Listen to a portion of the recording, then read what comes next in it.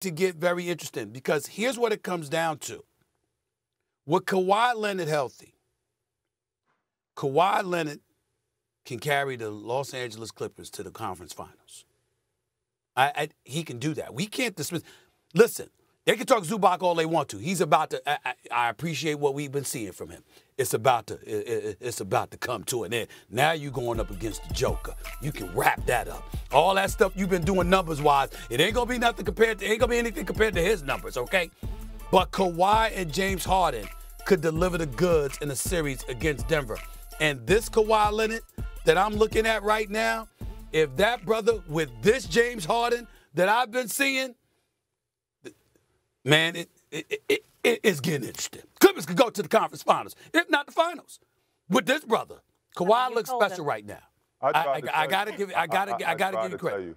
Listen, 9-1 going into the playoffs, playing as good as Kawhi's playing, and the best thing about it is that him and James Harden tag teaming is a scary sight. Having two dynamic Hall of Fame guards going into the playoffs, playing as well as they are, is going to be something to watch.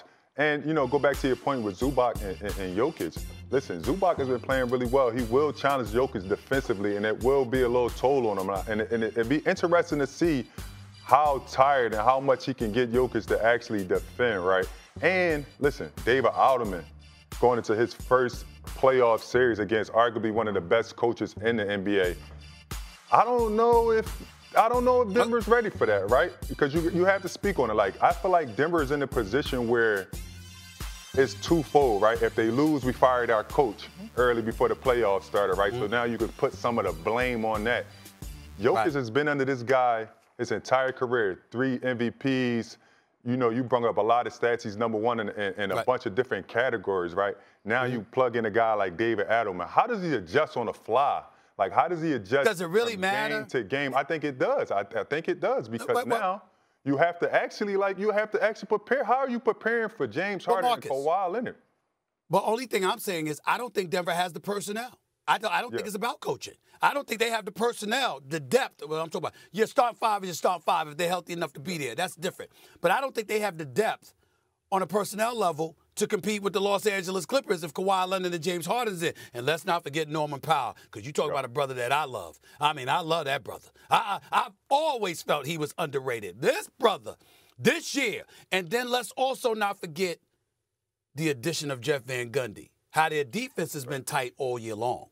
So we know the greatness of Ty Lue as a coach in terms of his in-game adjustments and what I mean. Ty Lue is special, no question. I'm not. But when you add Jeff Van Gundy to the mix, you got 2 head coaches there. Jeff Van Gundy is a damn head coach in this league. We all know what he brings to the table. His basketball acumen is not to be challenged, okay? And it's not an accident that they were a top-rated defensive team. But then to have their offense flowing like this, with Kawhi and James Harden and Powell. I mean, listen, I ain't going to go as far as Lethal Weapon 3. This ain't college at Georgia Tech with Kenny Anderson, Brian Oliver, and D3, Dennis Scott. But damn it, you remember those days. It was special. And when I'm looking at James Harden with Powell, with Kawhi, it has given me cause to pause. I'm just happy to look at the Los Angeles page. I'm just happy on the same page. Man, you was looking at me crazy. Matter of fact, you had social media looking at me crazy, man. That's right. Looking at me crazy, and now they on my side. Yeah. We gonna see. Who got the last laugh? We gonna see. Hold on, whoa. It's not the last laugh, Molly. I mean, this Kawhi Leonard has missed 15 of the last 19 playoff games. Let's see if the durability is going to be maintained. Different load. He got James. Okay. Harden. I understand. He got Norman Powell, which you just man, that brother can get hurt going to the bathroom. He don't you have can't to do that. carry as don't much worry, now. Stephen A. He don't have he can get hurt going to the bathroom. Come on, Marcus. He can get hurt going to the bathroom. He ain't hurt you right know now, that. Steven. It's He's up not. right now. It's He's up, not. and He's they definitely playing not well, hurt and right they now. my favorite. It's a new day. It's a new year. It's new season, new playoffs. Let's go. Let's keep it rolling here, guys. Let's go to the Lakers. Ultimately finished 3rd in the West. They'll match up against the Wolves in the first round. It's a foe that new Laker Luka Doncic is familiar with. He and the Mavs took down Minnesota 4-1 last year's postseason. But now he's got a new running mate, LeBron James, and they'll have to find a way to stop Anthony Edwards, who's playing with 1 more year experience under his belt. Okay, Marcus, who will be the best player in this Lakers-Wolves series? I mean, obviously you have to talk about Luka Doncic, right? What he done to Timberwolves last year, obviously it's a new team. Karl Towns is now in Wild, right? But I think they won't have an answer for him. I know Ant is going to, he's going to do what Ant does. Ant is a great player. He's up-and-coming player. I just don't think it's their time. I think it's the Lakers' time. Luka matchup nightmare, right? Then you get a chance to get LeBron James off the ball, and he has other guys that can get it. With that Dallas team, really, Kyrie was the only other guy he could put the ball in his hand. Now you have LeBron James, you have AR that's playing really well. Can you double Luka Doncic, right? Yeah. Can you get him on an island with those bigs and with those guys? Can they slide their feet? His confidence is through the roof right now. He's been playing really well to end the season. I think it's Luka. Stephen A?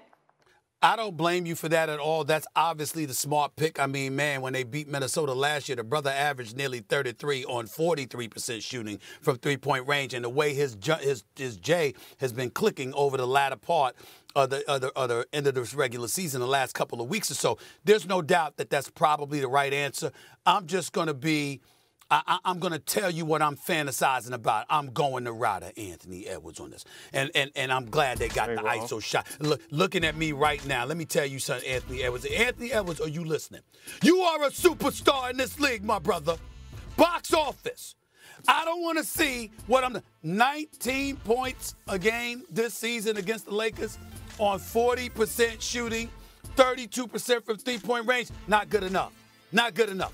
In order for the Minnesota Timberwolves, because see, Marcus, I know that Anthony Edwards is watching, and I know he's going to answer the call because I'm calling him right. This is the only shot Minnesota has of even making this a series, because I could easily see the Lakers winning this in 6, okay? That's what I'm predicting.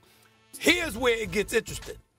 If Ant-Man himself says, I'm sick and tired of these damn superstars and LeBron James and Luka Doncic, I got something to say about that.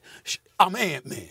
That's who the hell I am. And I'm not going to be averaging 19 points or 40% shooting. I'm going to show you who the hell I am. And if this brother goes out on a court and looks like he looked in the first round against KD and Phoenix last year, looks like he looked in the second round against Denver last year, if that Ant-Man shows up, you got a potential 7-game series here back in L.A.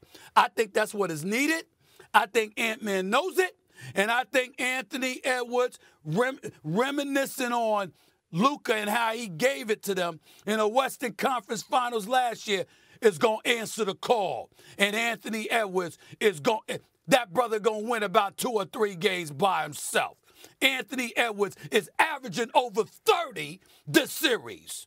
That's what I'm predicting. He going to put on the show. Great player, man. He's definitely showing flashes of Michael Jordan. I'm going to go ahead and just put that out there. But yes, he is. LeBron James and Luka Doncic, I just think it's just too much, right? You're going to have to put the load on Anthony. You're going to have to put the whole thing on I'm predicting the Lakers to win.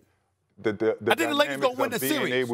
For sure they're going to win the series. But the dynamics of having guys being able to box them in, you alluded to only averaging 19 points. That's probably the best in the league against Ant Edwards, especially the dynamic season that he's had. I need to see more from Julius Randle. I think Julius Randle needs to have a really big series for them to even have a chance, right? They're going to play Gobert off the court. I don't think Gobert can be a factor at all. And that's going to look to him as leadership, right? If he doesn't play, how does he react? I don't see him being able to play when you can put so many different players at the 5 and spread the floor. I just think that the Lakers have too many weapons, and Ant Edwards is going to do Ant Edwards. He's going to be great. He's going to have an impact on this series. I just don't think it'll be enough. Well,